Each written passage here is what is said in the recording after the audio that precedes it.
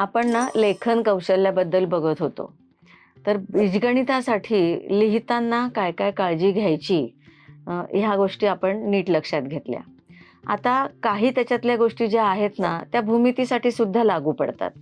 म्हणजे बीजगणित आणि भूमिती याच्यासाठी आपल्याला खूप वेगवेगळ्या ठिकाणी स्पेसिफिकेशन लागतं, पण काही गोष्टी कॉमन पण आहेत. आता याच्यामध्ये कॉमन कोणत्या गोष्टी आहेत? तर आपण जसं म्हटलं तसं की उदाहरणातनं नेहमी दिलेल्या गोष्टी, विचारलेल्या गोष्टी, सूत्र आणि त्याची मांडणी हे आपल्याला करायला लागतं. आता ह्याच्यामध्ये एक उदाहरण सांगते, की समजा आपल्याला व्यास दिलेला असेल आणि आपल्याला तिथे वापरायची आहे त्रिज्या. तर त्या व्यासाकडून त्रिज्येमध्ये जे रूपांतर करायचं असतं ते आपल्याला आधीच करून घ्यावं लागतं. डायरेक्ट सूत्रामध्ये आपण ते केलं तर त्याच्या गडबडी होऊ शकतात किंवा त्याचे जर गुण तिथे निर्धारित केलेले असतील तर ते आपल्याला मिळणार नाहीत. तर ह्या थोड्याशा बीजगणितापेक्षा 1-2 गोष्टी थोड्याशा वेगळ्या आहेत, तर त्या आपण लक्षात ठेवूयात. आता भूमितीमध्ये स्पेसिफिक आपल्याला काय करायला लागतं? तर भूमितीमध्ये उदाहरणांच्या जोडीला आपल्याला सिद्धता लिहायच्या असतात. मग सिद्धता लिहिताना आपल्याला तिथे रचनांचा सुद्धा उपयोग करावा लागतो. मग आता रचनांमध्ये आपण काय काय करतो? तर सिद्धतेमध्ये एक 2-3 प्रकारच्या सिद्धता आपल्याला असतात. त्यातला पहिला प्रकार जो असा आहे तो आपल्याला आकृती दिलेली असते आणि त्या दिलेल्या आकृतीवरून आपल्याला सिद्धता लिहायची असते. दुसरा एक प्रकार असतो की आपल्याला रिकाम्या जागांच्या स्वरूपामध्ये म्हणजे ॲक्टिव्हिटी स्वरूपामध्ये सिद्धता लिहायची असते. आणि तिसरा एक प्रकार असतो तो म्हणजे आपल्याला फक्त विधान दिलेलं असतं प्रमेयाचं आणि मग त्याची सिद्धता लिहायची असते.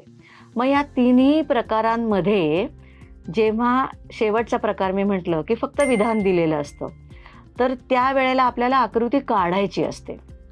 मग तिथे आकृती काढून त्याला ती योग्य नावं देऊन मग आपण सिद्धता लिहायची असते. मग त्याच्यात पक्षसाध्य पण आपण आकृतीवरनं लिहितो. मग आपली गडबड कधी-कधी कशी होते, की आपण आकृतीला नावं देतो A, B, C उदाहरणार्थ सांगितलं मी हे आणि सिद्धता लिहिताना मात्र आपण लिहितो सगळी सिद्धता बरोबर लिहितो, पण ते लिहितो P, Q, R गृहीत धरून. म्हणजे आपली तिथे काहीतरी गडबड झालेली असते. कदाचित आपण पाठांतर वेगळं केलेलं असतं किंवा आणखीन काहीतरी डोक्यामध्ये वेगवेगळे विषय असतात, तर त्याच्यात ही गडबड होऊ शकते. पण ही होऊ द्यायची नाही. ही खूप काळजी घ्यायची आहे. दुसरी गोष्ट म्हणजे आकृती दिलेली आहे, तर त्यावेळेला त्या आकृतीमध्ये काही वेगळ्या रचनासुद्धा आपल्याला कराव्या लागतात. मग त्या रचना करून मग आपण तिथे सिद्धता लिहायची असते. मग जी काही रचना करू ती तिथं खाली लिहिणं आवश्यक असतं आणि मग आपण ती पुढची सिद्धता लिहू शकतो. तर सिद्धतेच्या बाबतीत आपल्याला ही काळजी नक्कीच घेतली पाहिजे. दुसरी काळजी काय घ्यायची सिद्धतेच्या बाबतीत, की सिद्धता लिहिताना नेहमी ती सकारण लिहायची असते. म्हणजे प्रत्येक विधानाला ते आपण का लिहिलंय याचं कारण त्या विधानाच्या पुढे आपल्याला लिहिणं आवश्यक असतं. म्हणजे मग ती आपली सिद्धता पूर्ण होते. आणि काही काही वेळेला मुलांना अशी सवय असते काही जणांना, म्हणजे ह्या गोष्टी आपल्याला पेपर तपासताना आमच्या लक्षात येतात, की खाली लिहितात की यावरून हे सिद्ध झाले. तर हे असं लिहायची काही गरज नसते. जी शेवटची पायरी आपली येते की ते साध्यच असतं आपलं, ते तिथपर्यंतच आपण थांबायचं असतं.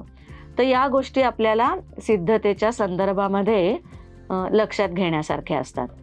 आता दुसरं म्हणजे भूमितीमध्ये महत्त्वमापन एक प्रकरण आहे आणि या प्रकरणामध्ये खूप सूत्र आहेत आणि या सूत्रांचा उपयोग करून आपल्याला उदाहरणं सोडवायची असतात.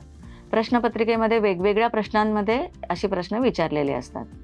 मग आपण काय करतो, की दिलेल्या गोष्टी लिहितो, विचारलेल्या लिहितो, सूत्र लिहितो, काय आपल्याला काढायचं आहे ते सगळं लिहितो आणि मग किमती घालून सुरुवात करतो. पण कधी-कधी काय होतं, या किमती घालण्यात काही गडबडी होऊ शकतात आणि मग नेमकं जे काही विचारलं असेल ते आपल्याला शोधता येत नाही. मग याच्यासाठी त्या सूत्राचं कधी-कधी रूपांतरण करावं लागतं. उदाहरणार्थ A बरोबर θ/360 गुणिले πr² असं सूत्र वापरायचं आहे. मग याच्यामध्ये आपण किमती घालतो. Aची किंमत दिलेली असते, θची दिलेली असते, आपण पायची किंमत घालतो आणि आपल्याला विचारलेलं असतं R. मग इथे आपल्याला हे सूत्र आर बरोबर मांडून घेणं सगळ्यात जास्त सोयीचं असतं, म्हणजे आपण अचूकतेकडे जातो.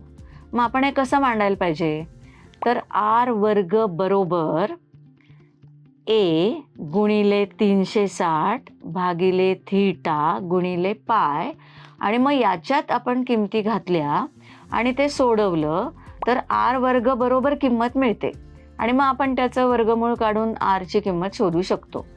पण इथे महत्त्वाचं काय आहे, तर इथे रूपांतरण करून घेऊन उत्तराकडे जाणं हे महत्त्वाचं आहे.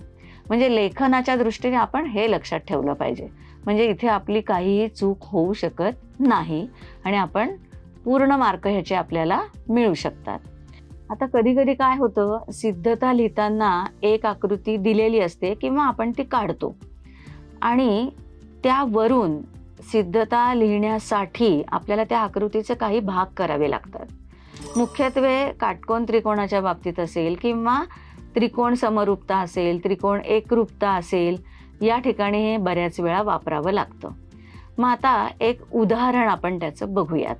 इथे मी एक काटकोन त्रिकोण दाखवला आहे ABC, आणि या काटकोन त्रिकोणामध्ये कर्ण AC वर BD हा लंब काढलाय.